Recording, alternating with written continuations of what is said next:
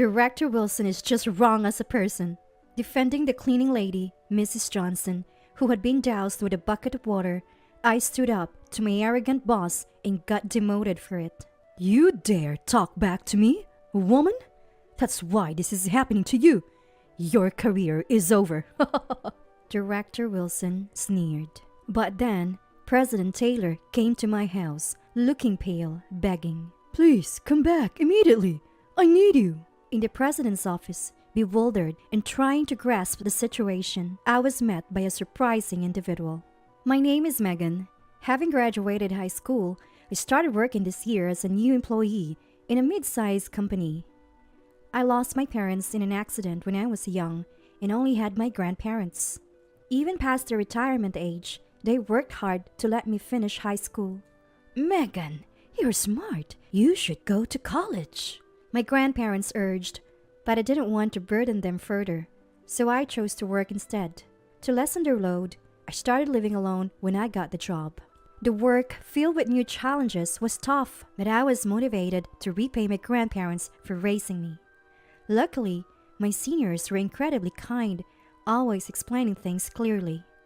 Determined not to let them down, I worked hard too. However, there was one presence that unnerved me. My boss, Director Wilson.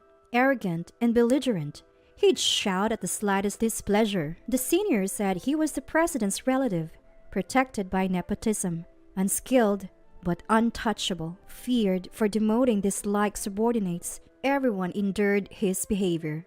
Being a high school graduate, a newbie, and a woman, I was an easy target for his stress relief, faced daily with his sarcasm. Others noticed but could only comfort me in his absence. I endured, telling myself this was the working world, not wanting to lose my job and worry my grandparents. If I lost my job, my grandparents would also be worried. Even in such a workplace, someone comforted me. Emily Grace Johnson, the cleaning lady, a gentle, always smiling woman. She'd encourage me whenever I vented about my boss. You're working so hard, aren't you? I always felt inspired to work hard when I thought of Emily, the cleaning lady beloved by everyone, and how she reminded me of my grandmother in the countryside. Emily, though in a different role, was striving just as hard in the same company. I couldn't let a mean boss like Wilson defeat us. I loved Emily for always instilling that fighting spirit in me, but the spiteful Wilson was, of course, harsh on Emily too. One day, while walking inside the office, I came across Emily doing her cleaning. She was mopping the hallway, stepping aside for passing employees. As I was about to greet her, I saw Wilson coming from the opposite direction, instinctively hid. Wilson was looking at his mobile phone while walking, and the other employees were walking around to avoid him. I had a bad feeling. Then it happened. Wilson, engrossed in his phone, kicked a bucket, spilling water from it. Some of the water splashed onto the hem of Wilson's pants and his shoes. Damn, that's cold! Emily rushed over to him, worried. Oh no, are you all right? For a moment, I thought, serves you right. But then I remembered that it was Wilson, the mean one. He started making a fuss, even though he was barely wet. Hey, old lady, your fault! My clothes and shoes got wet! Wilson spat angrily. Clearly, it was Wilson's fault for walking while looking at his phone. Emily had carefully placed the bucket out of the way in the corner of the hallway. I felt angry that Wilson was so upset, especially since he was the one who made more work for Emily. I'm sorry. I'm so sorry, Emily said, confused and flustered. Wilson shouted at her. I have an important business meeting coming up. What am I supposed to do now? I'm so sorry. You got wet. What should we do? Emily, apologizing repeatedly, knelt on the floor and began wiping Wilson's shoes with a clean towel. It's not about saying sorry, old woman. While shouting, Wilson grabbed the bucket, still partly filled with water. Oh, Emily, watch out! My voice failed to come out as a warning, and Wilson, unbelievably, turned the bucket upside down over Emily's head, who was still kneeling. A considerable amount of water must have been inside. Water dripped from Emily's hair and she looked stunned, not understanding what had happened. "Now you know how it feels to be drenched like me," Wilson said with a vile smile to Emily. Seeing Emily soak through, resembling my grandmother, I couldn't hold back any longer. If staying silent meant witnessing this, I'd rather quit. That's how I felt. "How can you do such a thing? This is too much!" I stepped forward in front of Wilson and Emily and protested as if letting out all the frustration I had been holding back. "Emily is not at fault. It was wrong for you, Director Wilson, to walk while looking at your mobile phone." I pointed out Wilson's obvious mistake. "I got splashed with water, so I'm the victim here," Wilson yelled back, but anyone could see who the real victim was in the situation. The commotion drew many employees around. "Even so, throwing a bucket of water on someone is unreasonable. That's downright violence." "What? Do you realize who you're talking to?" Wilson retorted. "Of course, as a person, you're wrong, Director." Though he yelled, Wilson was speechless in the face of my unwavering confrontation, something he wasn't used to. Wilson silently offered a handkerchief to the drenched Emily. Seeing it was far from enough, she glared at the standing Wilson. As the crowd gathered, making it awkward, he shouted, "You better be ready for what's coming after saying that to me," and quickly walked away. "Thank you, Megan." Tears welled up in Emily's eyes, usually always smiling, but now looking sad. It pained me to see her like this, wondering if Megan is okay after saying that. Emily was more concerned about me than herself being wet. "I'm fine, don't worry." Though I was nervous inside for speaking my mind to Wilson for the first time, I maintained composure and helped clean up the spilled water. After parting with Emily and returning to work, I found Wilson's usual seat empty. He must have gone to the president's office to tattle on me. I might lose my job over this. I worried but also felt I haven't done anything wrong. Expressing my thoughts to Wilson had oddly cleared my mind, helping me focus on work. The next day, fears came true. I was suddenly issued a transfer order to the countryside. Stunned, Wilson approached my desk, gloating. "That's what you get for talking back to me, a woman. Your life's over now." Watching his triumphant face, frustration welled up in me. Looking around, naturally no one dared to stand up to Wilson. Everyone pretended not to see or hear. "So this is how the company is?" I had anticipated this to some extent, but the indifference of my colleagues was equally shocking. Feeling dejected, I walked aimlessly through the office corridors. Emily rushed to me, apologizing frantically. "Megan, I heard what happened. I'm so sorry. I don't know how to make it up to you. I feel terrible." Her distress reminded me of my grandparents in the countryside. Not wanting to worry her, I stood tall and confidently said, "It's okay, Emily. I'm happy to get away from that manager. It's a relief not to be fired. I've always wanted to tell him off." I smiled bravely, but Emily still looked worried. "I wish there was something I could do." Busy days followed. Even with my transfer decided, work continued as usual. Wilson, to harass me, piled on more tasks, slowing down my progress. But being busy kept me from dwelling on my gloom. Emily, since learning about my transfer, lost her usual smile, often lost in thought, visibly downcast. I wanted to see her smile again before I left. How could I bring back her smile? That was my only concern. With just a year at the company, I had a fair amount to hand over.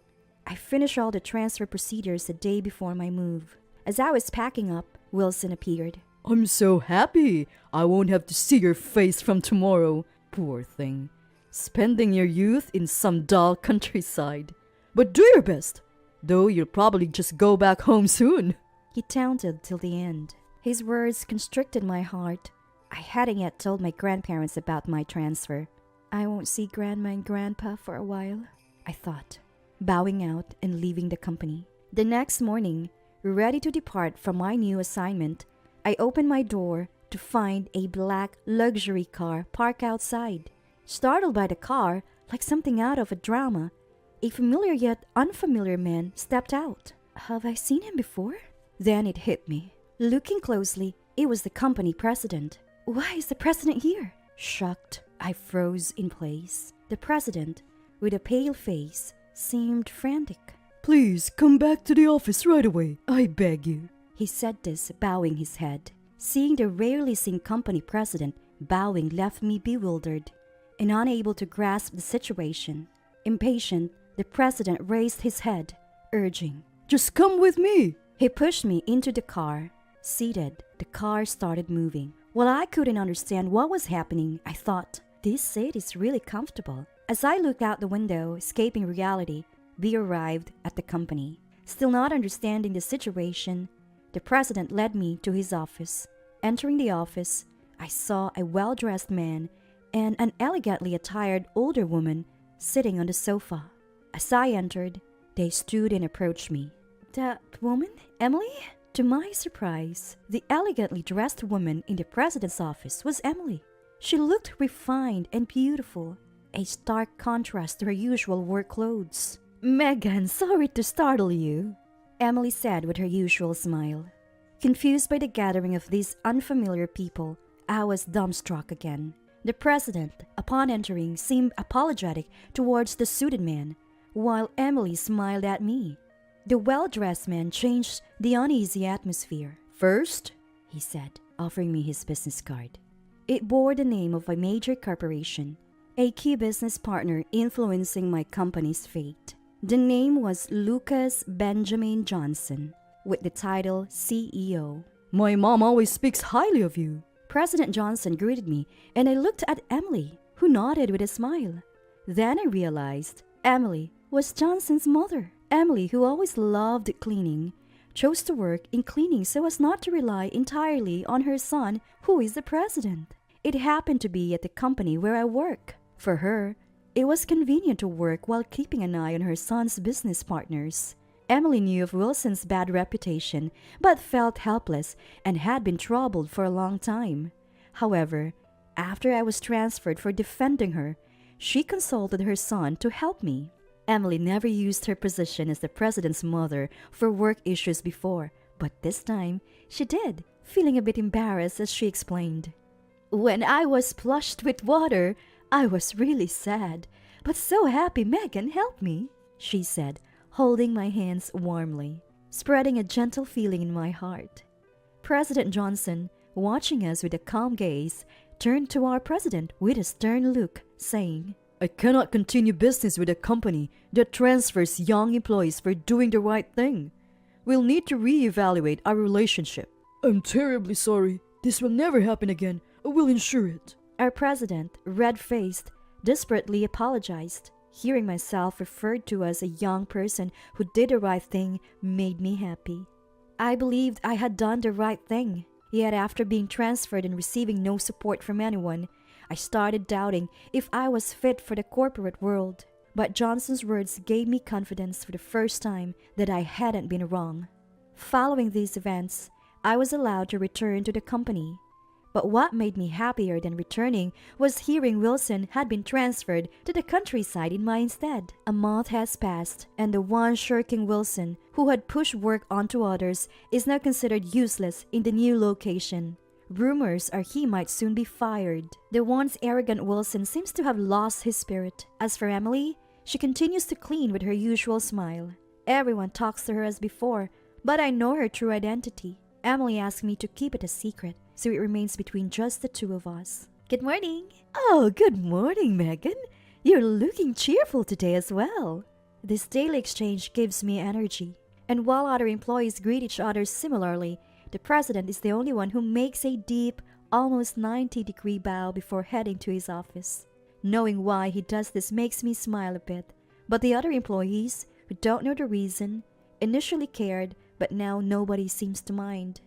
Our once autocratic president has changed his ways, and the workplace has become much more pleasant since Wilson left.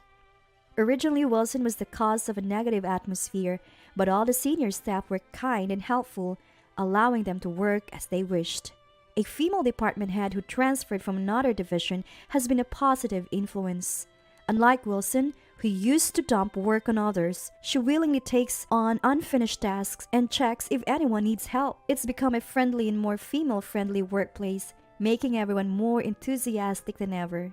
When I first joined this company, I thought enduring hardships was part of society. Seeing others put up with unfair treatment for the sake of their jobs, I believed I had to do the same. But my experience with Wilson and Emily changed my mind about enduring the unreasonable. That courage I found then has transformed our circumstances so much. Since that incident, I've stopped tolerating nonsense and started speaking my mind clearly. Enduring isn't what society is about. A better society is something we must build ourselves. And now, I finally have juniors to mentor.